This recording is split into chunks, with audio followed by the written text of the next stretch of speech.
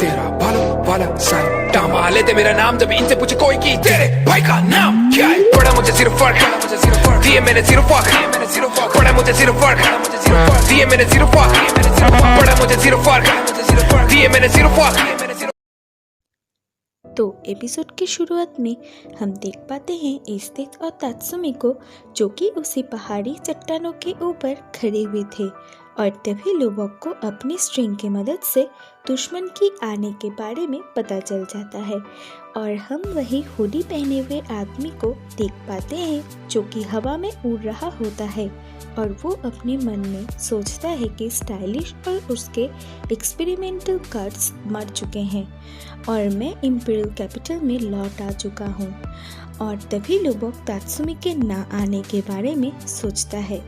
आगे दूसरे सीन में हम देख पाते हैं एस्तेत को, जो कि तात्सुमी को फिर से अपने पास पाकर बहुत खुश हो जाती है और ये देखकर जब तात्सुमी उसे यहाँ आने के बारे में पूछता है तब एस्तेत उससे कहती है कि मैं यहाँ डेंजर बीस्ट्स के शिकार करने आई हूँ। और ये जवाब देने के बाद एस्तेत भी तात्सुमी से यहाँ आने के बारे में पूछती है। तब तात्सुमी उससे कहता है कि मैं डेंजर बीस्ट्स के ऊपर अपनी स्किल की प्रैक्टिस कर रहा था। और ये सुन के एस्तेत उससे पूछती है कि क्या तुम रिवोल्यूशनरी आर्मी में ज्वाइन करना चाहोगे। और ये सुनते ही तात्सुमी एस्तेत को कहता है कि मेरा भावनाएं बदलने का कोई इरादा नहीं है और मैं अभी खुद को एक फाइटर बनने के लिए ट्रेन कर रहा हूँ। और ये सुनकर एस्तेत उससे कहती है कि मैं देख रही हूँ कि तुम काफ़ी ज़्यादा इम्प्रूव हो चुके हो और खुद को और भी ज़्यादा इम्प्रूव कर रहे हो। और वो तात्सुमी को ये भी कहती है कि तुम ये सब कुछ बहुत ही कम समय में कर चुके हो और आगे जाकर तुम और ज़्यादा पावरफुल फाइटर बनोगे। और एस्तेत उससे कहती है कि बहुत सारे डेंजर बीस्ट खत्म हो चुके हैं और ये थोड़े एनोइंग हैं, पर इनकी वजह से तो तुम मुझे मिल गए। और तभी वो एक गुफा को देखकर कहती है मैं जानती हूँ कि वहाँ कोई छुपकर बैठा है, तो तुम जल्दी से बाहर आ जाओ। ये कहकर वो दोनों देखते हैं कि एक हुडी पहने हुए आदमी को, और तभी वो बाहर निकलते ही वो आदमी उनसे कहता है कि मैंने सोचा कि मैं छुपकर रहने से तुम मुझे ढूंढ नहीं पाओगे, लेकिन आखिरकार तुमने ढूंढ ही लिया। और ये सुनते ही एस्तेत उससे कहती है कि तुम जानते हो कि क्यों डेंजर बीस्ट कैपिटल में हमला कर रहे हैं और मैं तुम्हें टॉर्चर रूम में देख लूँगी। और ये सुनते ही वो आदमी उन्हें कहता है कि अफसोस तुम ऐसा कर नहीं पाओगी, क्योंकि तब तक मैं तुम्हें कहीं और भेज दूंगा। और ये कहते ही वो आदमी अपने इंपीरियल आर्म शंबाला की मदद से एक पोर्टल क्रिएट करता है और वो दोनों एक दूसरे जगह में पहुंच जाते हैं, जो कि एक आइलैंड होता है। और फिर उस आइलैंड पर पहुंचते ही तात्सुमी बहुत गुस्सा हो जाता है और कहता है ये सब उस आदमी की वजह से हुआ है और अब हम उसके माया जल में बुरी तरीके से फंस चुके हैं। और ये देखकर एस्तेत उससे किस करके कहती है कि ये कोई माया जाल नहीं, ये सब कुछ रियल है। और एस्तेत उससे ये भी कहती है कि ये उसकी एबिलिटी है कि वो किसी को भी टेलीपोर्ट कर सकता है। और तभी तात्सुमी उससे कहता है क्या ये संभव है। और तभी एस्तेत उससे कहती है कि कैपिटल में 48 सुपर वेपन्स है जो कि इंपीरियल आर्म से जाना जाता है और उनमें से मैंने सुना कि कोई स्पेस और टाइम को मैनिपुलेट कर सकता है और ये सीक्रेट आर्ट्स है। और तभी तात्सुमी ये सुनकर चौंक जाता है और तभी वो सोचने लगता है कि ये सेम ही कॉन्सेप्ट की वजह से इनक्रूशियो अचानक से अपीयर हो जाता है। और इससे अपने मन में सोचती है कि स्पेस और टाइम को मैनिपुलेट करना सुपीरियर एबिलिटी है, लगता है ज़रूर कोई पैलेस के मेंबर के पास ये इंपीरियल आर्म है, लेकिन वो है कौन। और फिर एस्तेत सब कुछ चेक करने के लिए अपने पावर के जरिए एक आइस माउंटेन को क्रिएट करती है और तभी वो दोनों आइस माउंटेन के ऊपर से एक जायंट डेंजर बीस्ट को देख पाते हैं। और ये देखकर तात्सुमी अपने मन में कैपिटल को सबक सिखाने के बारे में सोचता है और तभी एस्तेत अपने फ्रोजन टेक्निक्स के मदद से उस जायंट बीस्ट पर वार करती है और तभी तात्सुमी उससे कहता है उसके फोरहेड पर कोई है जो उसे कंट्रोल कर रहा है। और ये कहकर एस्थित जब फिर से उस पर वार करने जाती है तब तात्सुमी उस बीस्ट के फोरहेड पर रहने वाला आदमी को मार गिराता है, जिससे वो डेंजर बीस्ट मर जाता है। और ये देखकर एस्थित शॉक्ड हो जाती है और तभी एक और जायंट डेंजर बीस्ट उन पर अटैक कर देता है, लेकिन एस्थित एक ही झटके में उस जायंट डेंजर बीस्ट को मार गिराती है। और ये देखकर तात्सुमी चौंक जाता है और ये देखकर तात्सुमी सोचता है कि ये कैपिटल में बहुत स्ट्रांग है, तो क्या अकामे इसे मार सकती है। और तभी दूसरे सीन में हम उन दोनों को ही देख पाते हैं और वो दोनों मिलकर डेंजर बीस्ट को शिकार करने के बारे में बातचीत करते हैं। और इसी बीच एस्थित अपने नोटबुक में उसकी और तात्सुमी की तस्वीर बनाती है और तभी हम उन्हें वहाँ पर खाना इकट्ठा करते हुए और शिकार करते हुए देख पाते हैं। और फिर रात को जब वो दोनों ओशन के किनारे बैठे हुए होते हैं तब तात्सुमी उससे कहता है कि आज का दिन हमने बहुत कुछ एक्सप्लोर किया है। और फिर एस्थित उसे कहती है कि ये बहुत मज़ेदार था और अब मुझे इस आइलैंड की लोकेशन के बारे में पता चल चुका है। और वो तात्सुमी से ये भी कहती है कि ये आइलैंड कैपिटल की दक्षिण दिशा में है और हम सिर्फ अकेले इस आइलैंड पर हैं। और मैंने एक तरकीब सोची है कि कैसे हम यहाँ से निकले। और तभी तात्सुमी यहाँ से भागने के बारे में सोचता है और वो दोनों वहाँ पर वही पोर्टल को देख पाते हैं जहाँ से वो दोनों यहाँ टेलीपोर्ट हुए थे। और तभी एस्थित उससे कहती है कि वो एक साथ कुछ ही लोगों को टेलीपोर्ट कर सकता है। और तभी एस्थित तात्सुमी को उसके पास्ट के बारे में बताने के लिए कहती है।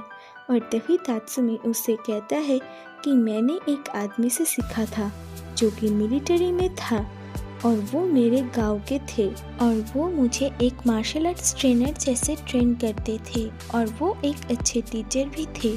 और तभी एस्थित उससे कहती है कि फिर तो तुम फोर्ज वेपन्स के बारे में भी सीखा है। और तभी तात्सुमी ये सुनकर कहता है मैं बहुत कुछ सीखने के लिए कैपिटल आया था। और तभी वो मन ही मन एस्थित को अपनी टीम में शामिल करने के बारे में सोचता है। और तभी तात्सुमी एस्थित के पास्ट के बारे में बताने के लिए कहता है। और तब एस्थित कहती है कि मैं नॉर्थन बॉर्डर के पास रहती थी और तुमने पॉल्टस क्लैन के बारे में सुना है। तब तात्सुमी कहता है नहीं। आगे एस्थित उससे कहती है कि वो एक तरह की हंटर्स है जो डेंजर बीस्ट्स के शिकार करते थे और मैं इसी क्लैन के चीफ की बेटी हूँ।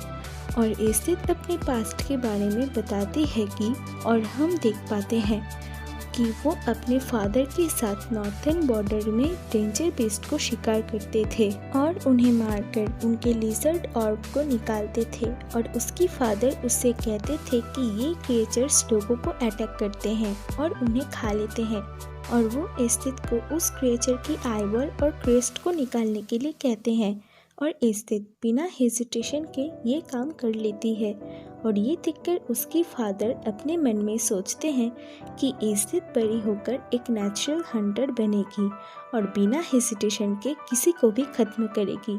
आगे उसके फादर उसके जीतने और हारने के बारे में समझा रहे थे कि स्ट्रॉन्ग पर्सन हमेशा जीतते हैं लेकिन जो कमज़ोर होते हैं वो हार जाते हैं, जैसे कि तुम्हारी माँ जो कि कमज़ोर होने के कारण एक डेंजर बीस्ट के हाथों मरी जाती है। और एक दिन जब एस्थित एक एविल वार्ड को मारकर उसके फादर के पास ले आ रही थी तब वो देख पाते हैं कि किसी ने उनके क्लैन के ऊपर अटैक करके सब कुछ जला देते हैं। और ये सब देखने के बाद एस्थित अपने ही क्लैन के एक आदमी को भी देख पाती है जो कि बहुत ही बुरी तरीके से जख्मी था। और वो आदमी एस्थित से कहता है कि कुछ नॉर्थन ट्राइब्स बॉर्डर क्रॉस करते वक्त उन पर हमला कर देते हैं और चीफ ने बहुत सारे ट्राइब्स को मार गिराए, लेकिन अंत में वो ट्राइब्स उन पर चढ़ाव हो गए जिससे वो बुरी तरीके से जख्मी हो चुके थे। और जब एस्थित उसकी फादर के पास जाती है तब वो एस्थित को कहते हैं कि हम कमज़ोर थे इसलिए हार गए और तुम स्ट्रॉन्ग रहना। ये कहते ही एस्थित फ्लैशबैक से प्रेजेंट टाइम में आती है और वो कहती है कि उसके बाद मैं अकेले ही डेंजर बीस्ट को शिकार करती रही, लेकिन वो ज़्यादा स्ट्रॉन्ग होने की वजह से मैंने मिलिट्री को ज्वाइन किया और फिर मैंने इस डेंजर बीस्ट के मारने के साथ साथ आदमियों को भी मारना शुरू कर दिया। और यही मेरी लाइफ स्टोरी है। और ये सुन के तात्सुमी उससे कहता है तो फिर वो नॉर्थन ट्राइब्स तुम्हारी एनिमी है। और ये सुन के एस्टेथ उससे कहती है कि मैं उनसे रिवेंज लेने के लिए उन्हें नहीं मारती। और तभी तात्सुमी उसे कहता है कि लेकिन मैंने सुना कि तुम 100,000 ट्राइब्स को मार चुकी हो। और ये सुन के एस्टेथ उससे कहती है कि मैं ये एग्जाम्पल के तौर पर उन्हें मारा था और उन्हें मारने का कैपिटल की ऑर्डर था। और ये कहकर एस्टेथ तात्सुमी से और भी कुछ पूछने के लिए कहती है। और तभी तात्सुमी एस्टेथ से उसकी इम्पीरियल आर्म के बारे में पूछता है। और तब एस्टेथ तात्सुमी को अपने गले की मार्क को दिखाकर कहती है कि यही मेरी इम्पीरियल आर्म है। और तब एस्टेथ उससे कहती है कुछ साल पहले जब मैं इम्पीरियल आर्म्स को चुन रही थी तब वहाँ मिनिस्टर भी थे और मैंने एक जार को देखा। और वो मिनिस्टर को कहती है कि ये कौन सा इम्पीरियल आर्म है। तब मिनिस्टर उससे कहता है ये डीमंस एक्सट्रैक्ट है, ये हाई लेवल डेंजर बीस्ट का ब्लड है जो कि नॉर्थ में रहता था। और तभी मिनिस्टर उससे कहते हैं कि लीजेंड्स के कहते हैं कि इसे पीने से तुम डेंजर बीस्ट के तरह ही आइस को कंट्रोल कर पाओगे। और ये कहकर वो एस्टेथ को इसे पीने से मना करता है, लेकिन एस्टेथ उसके एक न सुनते हुए उस ब्लड को पी लेती है। और अचानक उसमें एक ऐसा पावर आ जाता है कि वो एक डेंजर बीस्ट की पावर की तरह ही होता है। और ये देखकर मिनिस्टर चौंक जाता है और उसके गले में वो साइन क्रिएट होता है। और तभी एस्टेथ मिनिस्टर को कहती है कि ये पावर मुझ पर सूट कर रहा है और मैं अब ज़्यादा शक्तिशाली फील कर रही हूँ। और ये देखकर मिनिस्टर उससे कहता है कि तुम पर ये अच्छे से काम किया और इसी बात पर इस मौके को सेलिब्रेट करते हैं। और इसके बाद तात्सुमी उससे पूछता है कि क्या अभी भी तुम्हारे शरीर में वो ब्लड है। और एस्टेथ उससे कहती है कि हाँ, लेकिन इससे डरने की ज़रूरत नहीं। और तात्सुमी अपने मन में एस्टेथ को लेकर सोचता है और फिर सीन शिफ्ट होता है कैपिटल की सेंट्रल पैलेस में, जहां वो आदमी एक लड़की के साथ होते हैं। और वो सोचता है कि वो दोनों अभी तक नहीं मरे और वो फिर से उस इम्पीरियल आर्म को यूज़ करके उन्हें वापस लाने के बारे में सोचता है। और वो इम्पीरियल आर्म को यूज़ करके वहाँ जाने के लिए रेडी होता है। और यहीं पर हम जान पाते हैं कि वो हुडी पहना हुआ आदमी कोई और नहीं, मिनिस्टर ऑनेस्ट का बेटा है। और जब तात्सुमी उसे यहाँ से जाने के बारे में कहता है तब एस्टेथ उससे कहती है कि हम डेंजर बीस्ट के ऊपर चढ़कर कैपिटल में पहुँचेंगे। और जब वो दोनों आसमान में एक डेंजर बीस्ट को देख पाते हैं तब एस्टेथ उसे मारने के लिए दौड़ती है और वहाँ फिर से वही पोर्टल क्रिएट होता है।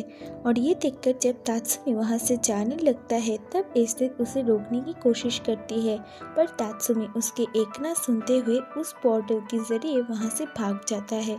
और फिर दूसरे सीन में हम उसी चट्टानों में एस्टेथ को देख पाते हैं, जो कि तात्सुमी के जाने पर बहुत दुखी हो जाती है।